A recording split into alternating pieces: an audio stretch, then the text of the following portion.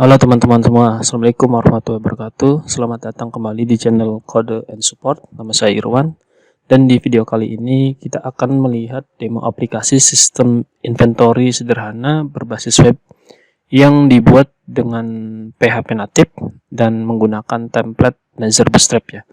Jadi aplikasi ini dirancang simple tanpa metode ya, atau bisa dikatakan juga metode first in first out ya.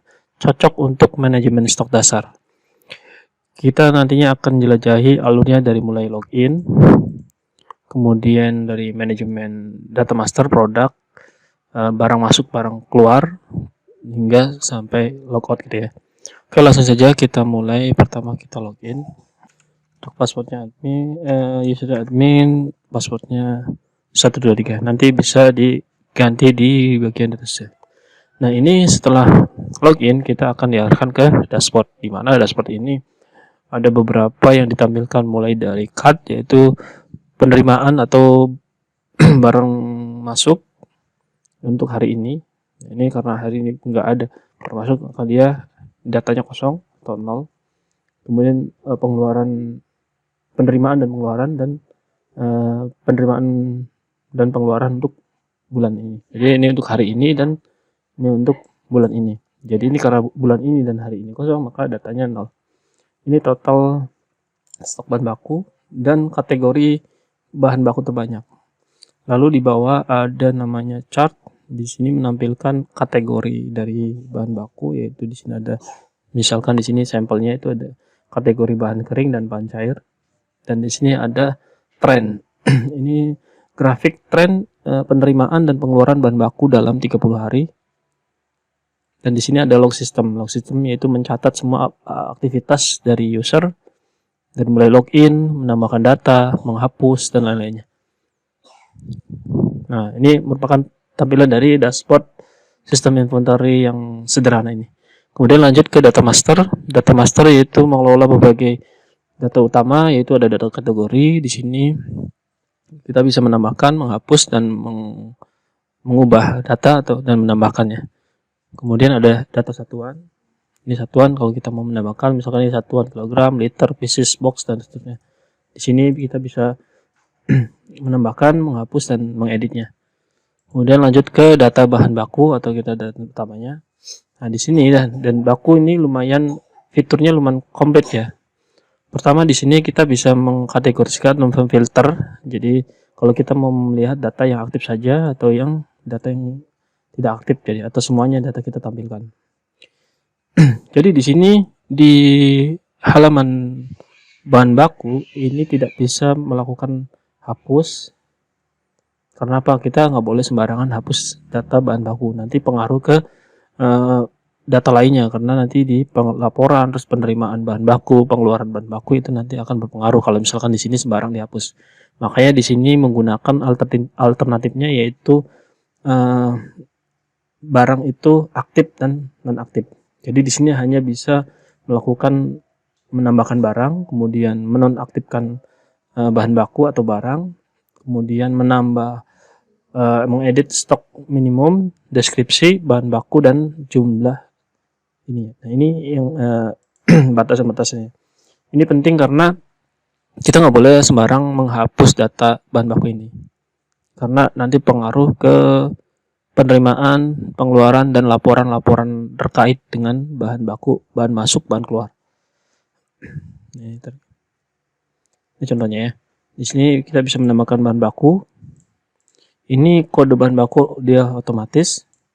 Ini bisa dirubah juga. Memasukkan stok kategori, stok minimum ya.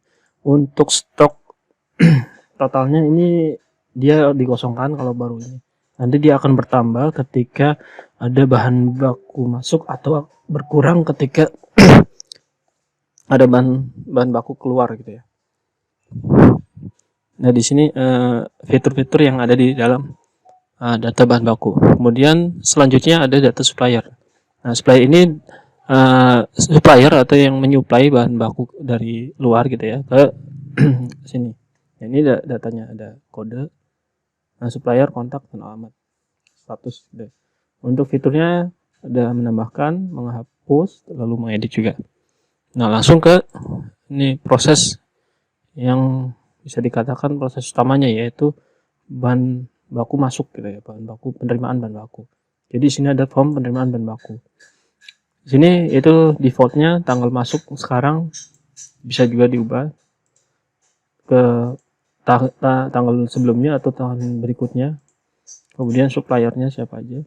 Makanya tadi di data master itu supplier harus ditambahkan dahulu sebelum menginput di sini. Untuk keterangan opsional bisa ditambahkan. Nah, ini nama bahan bakunya. Misalkan di sini gula pasir, sekarang jumlahnya 9. Nanti kita bisa tambahkan di sini nih. Langsung muncul gula pasir jumlah 9, satuannya kilogram. Nah, jadi kita bisa menambahkan juga untuk bahan baku masuk atau penerimaan bahan baku itu lebih dari satu barang gitu ya. Nah, ini tinggal disimpannya. Kalau misalkan disimpan, nah ini belum dipilih, Sanggraha, simpan. Nah, ini datanya masuk. Nah, di penerimaan bahan baku ini sebenarnya ada fitur 2, yaitu dia bisa ngedit dan bisa menghapus, cuman di waktu gitu ya. Jadi di waktu itu kalau sudah 24 jam ini sudah tidak bisa mengedit dan hapus. Jadi memang nggak sembarangan boleh menghapus dan mengedit barang masuk, bahan baku masuk gitu ya. Nah, ini tadi contoh hasil dari form penerimaan bahan baku, yaitu gula pasir, kategori bahan kering, satuannya kilogram, dan jumlahnya 9. Nah, kenapa ini nggak ada? Karena untuk fitur edit dan hapus, karena dia itu ya tadi dia kalau udah 24 jam, ini fitur edit dan fitur hapus akan dihilangkan gitu. Jadi emang itu tadi untuk mencegah data jadi kacau kalau sembarangan diedit atau dihapus gitu ya. Nah, ini untuk penerimaan bahan baku. Untuk pengeluaran, ini hampir sama dengan penerimaan atau barang masuk gitu. Ini barang keluar gitu. Di sini sama untuk fitur. Di sini bisa buat fitur hapus dan fitur delete itu hanya 24 jam. Ketika melewati itu dia akan dihilangkan. Misalkan contoh tadi kita divisi hati, keterangan tes, tadi gula pasir, misalkan tadi masuk 9 ya, kita keluar 9 misalkan. Nah, ini. Atau enggak kita cek dulu, misalkan tadi gula nambah 9 nih. Nih. Stok 9. Stok 9 ya gula. Kalau kita keluarin 9 atau misalkan 5, misalkan nih. Divisi tes lah. Gula pasir lah. Nah, misalkan tadi 9 ya, kita kurangi 5. Simpan. Nah, ini bahan baku gula pasir keluar 5. Kita cek di data masternya. Nah, betul. Tinggal sisa stok 9 dikurangi 5 jadi 4. Nah, ini ada editnya. Nah, kemudian di dashboardnya nanti akan ngaruh nih penerimaan baku hari ini, bulan ini dan ini. Nah, ini untuk penerimaan bahan baku masuk ya, penerimaan bahan baku atau barang masuk dan barang keluar atau pengeluaran bahan baku.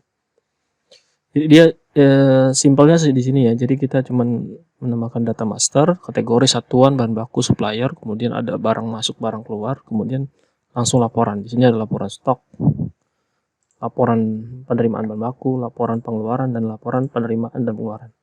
Lalu ada data user. Data user ini di sini nih ada foto, email, username, dan levelnya. Di sini ada terdapat 3 level: admin, manager, operator produksi. Nanti bedanya sih dari hak khasnya aja, tapi secara keseluruhan ya seperti ini untuk aplikasinya, simple. Nah, itu tadi demo lengkap alur kerja aplikasi sistem inventory dari login hingga logout. Cuman saya ini demo untuk sisi adminnya saja gitu ya. Nah, jika teman-teman tertarik dengan source code-nya, bisa cek link deskripsi dan tanya di kolom komentar atau menghubungi nanti nomor WA yang saya akan cantumkan di deskripsi gitu ya. Jangan lupa subscribe untuk update tutorial lainnya di channel Code and Support. Kalau ada pertanyaan dan request atau request project selanjutnya, tulis di komentar. Dan terima kasih sudah menonton. Sampai jumpa di video berikutnya. Terus belajar dan berbagi. Assalamualaikum warahmatullahi wabarakatuh.